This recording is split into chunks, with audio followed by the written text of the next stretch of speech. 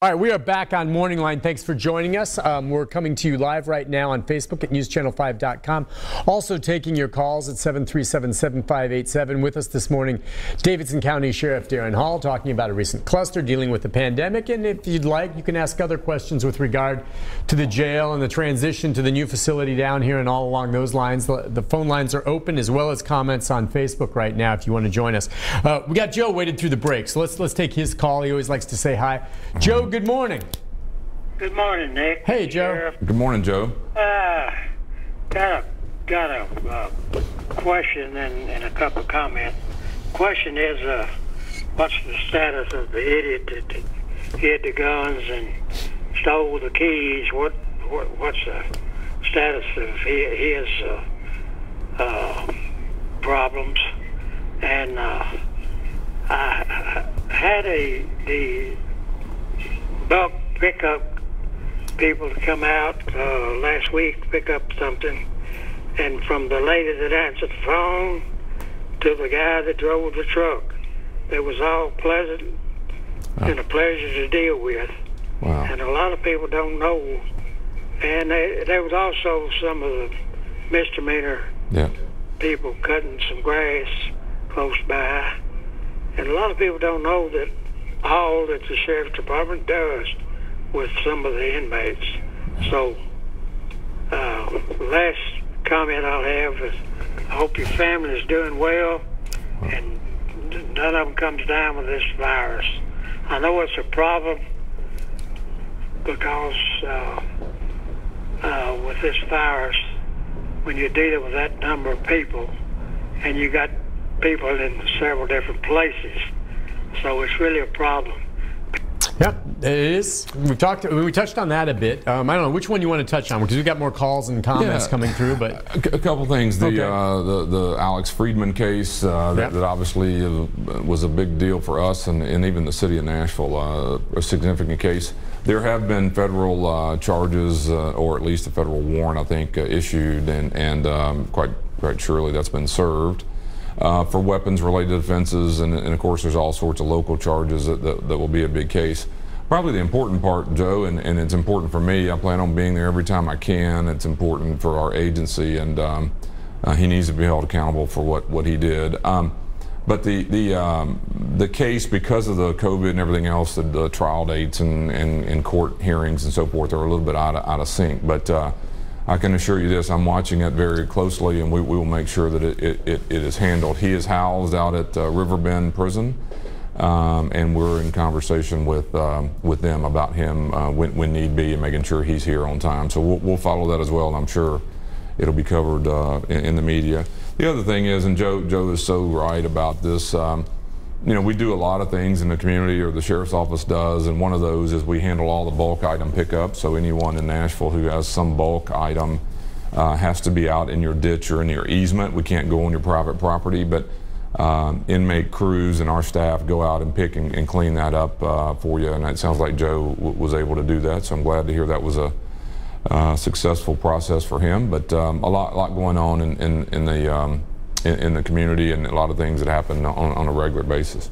Hey, I was just curious, what was your take on, and I know you know him and you guys worked closely together, about Metro Police Chief Steve Anderson, you know, announcing that he's going to retire. And we know there have been the protests out there, and a different kind of, I think, system in Metro, of course, between sheriffs and sheriff's deputies and the police and police chief. But the whole defund me movement and things like this going on, and what led to Chief Anderson resigning. Just your thoughts along those lines right now.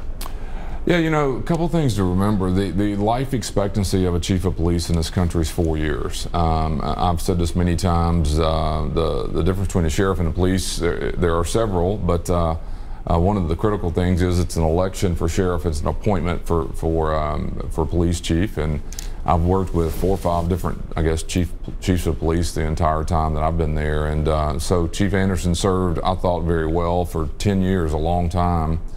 You know, in a very stable force during some very unstable times. We've had issues, and don't forget, he was internationally recognized for how he treated the protests several years back. The media, the public really was all in support of what was going on. And and things that have been handled. We've had some very difficult times. He took over during the flood, if you remember, of 2010 was when he took over, and so he deserves a lot of credit. I've said this to him personally, and I would say it to anybody else.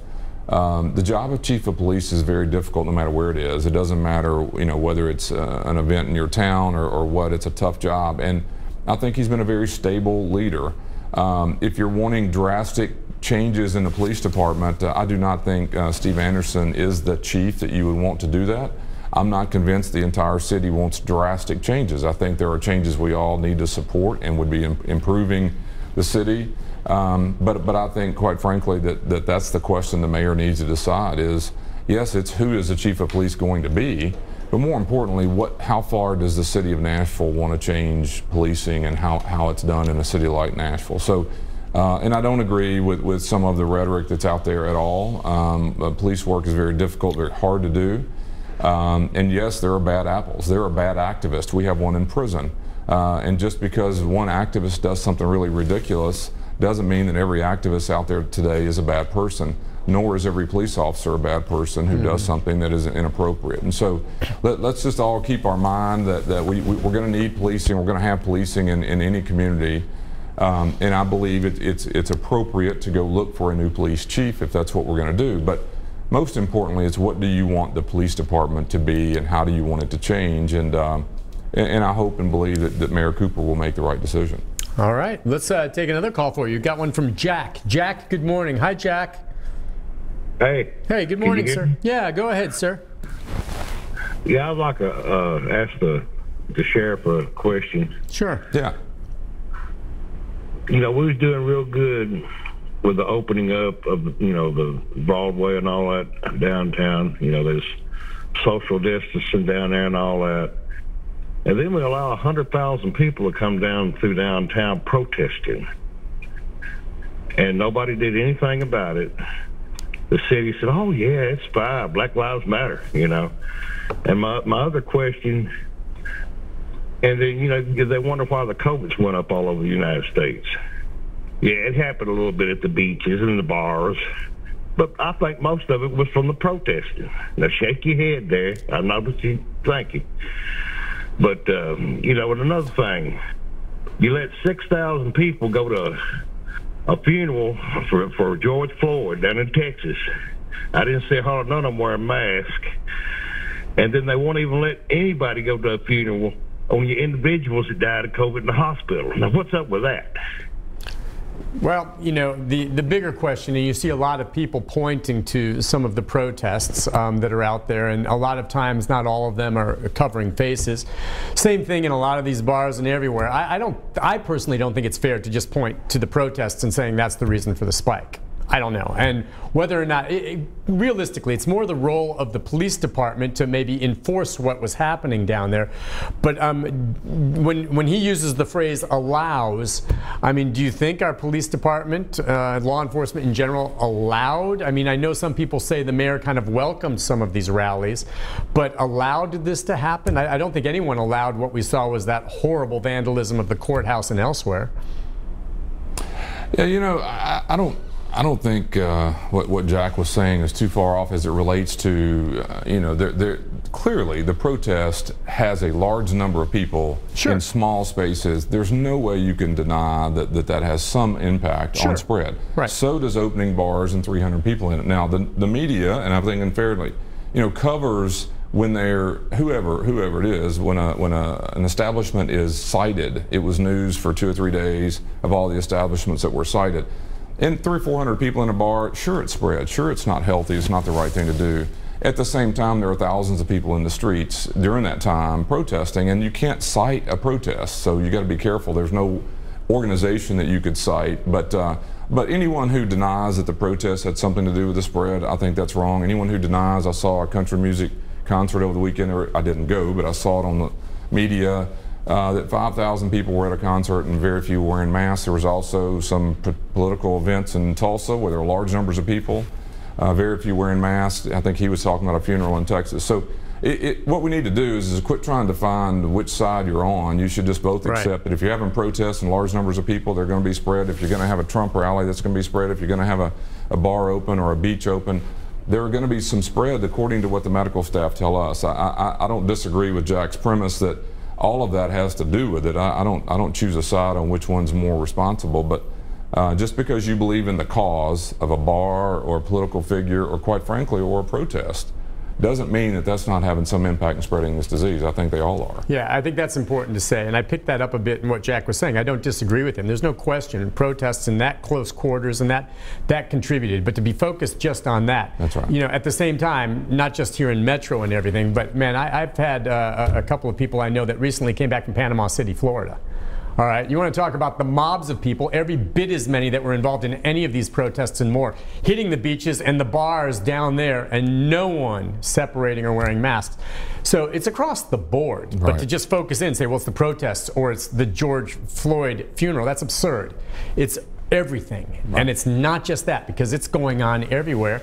And, you know, I don't know if people just aren't completely convinced yet one way or another. I know there's civil liberty issues and people upset about saying they can't wear masks for certain reasons. I try not to judge individuals on the choices they make, but clearly something right now is not working. Right. That's the way, you know, so I agree with you, Sheriff. Let's go next to Marty. Marty, good morning. Hi, Marty. Hi. Hey, what's on your mind?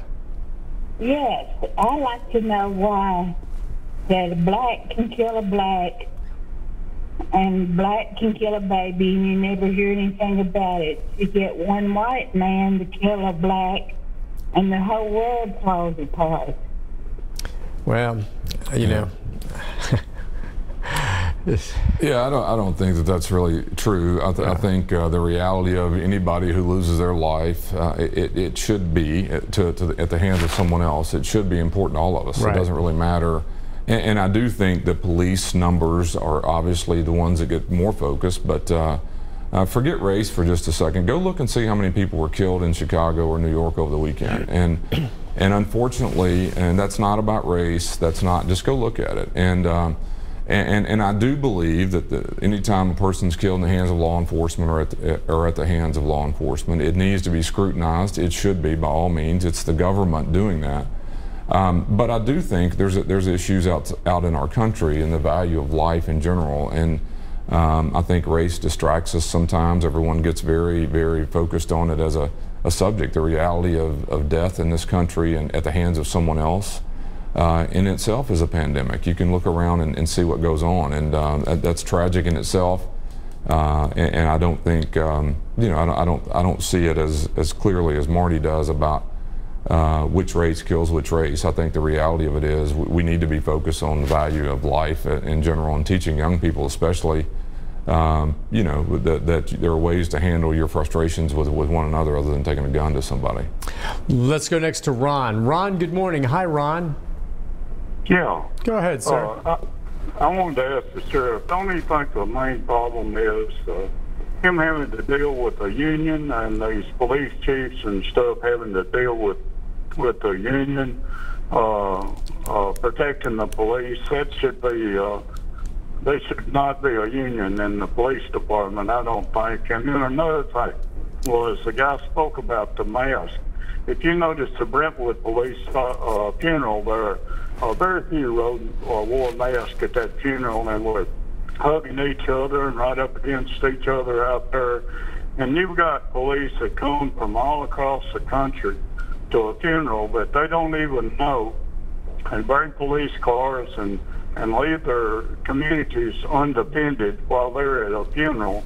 The police are beginning to work like the mafia did, and a lot of people that believe in law and order are not liking the... Well, I think police, you know, can go observe funerals for fellow fallen officers, and it's not going to put their communities at harm. They get their leave on that. But he's right. I mean, you can't be selective on where you say there's a funeral and no one's wearing masks. You see it all the time. There was a graduation in Sumner County the other day, and I saw the pictures of that where it was packed with people and no one hardly wearing masks along those lines. So, I mean, as far as unions are concerned, I know there's the Fraternal Order of Police. I don't know. Is there something comparable for sheriff's deputies? Yeah, we have SEIU represents our officers, and like you said, FOP, you know, represents the Metro police officers. One thing that I think doesn't get talked about at all, it's not really a union, but it is important to know. the metro government, as with other governments, has a thing called a civil service commission. And so if you're the police chief in Nashville and you were to terminate an officer or demote or discipline an officer because they're civil service employees, that goes in front of a board that is a few are appointed by the mayor, a few are appointed by the positions they hold, but they're not police department people at all. And so they get to sit in judgment of that disciplinary. And so over the many, many years, myself, Chief Anderson, other chiefs of police, have talked about it, because there are a lot of staff, I'll say a lot, there are cases over those years where you've terminated or demoted or believe the employee is not worthy of what they're doing, only to be forced to take them back. That's not uncommon around the country.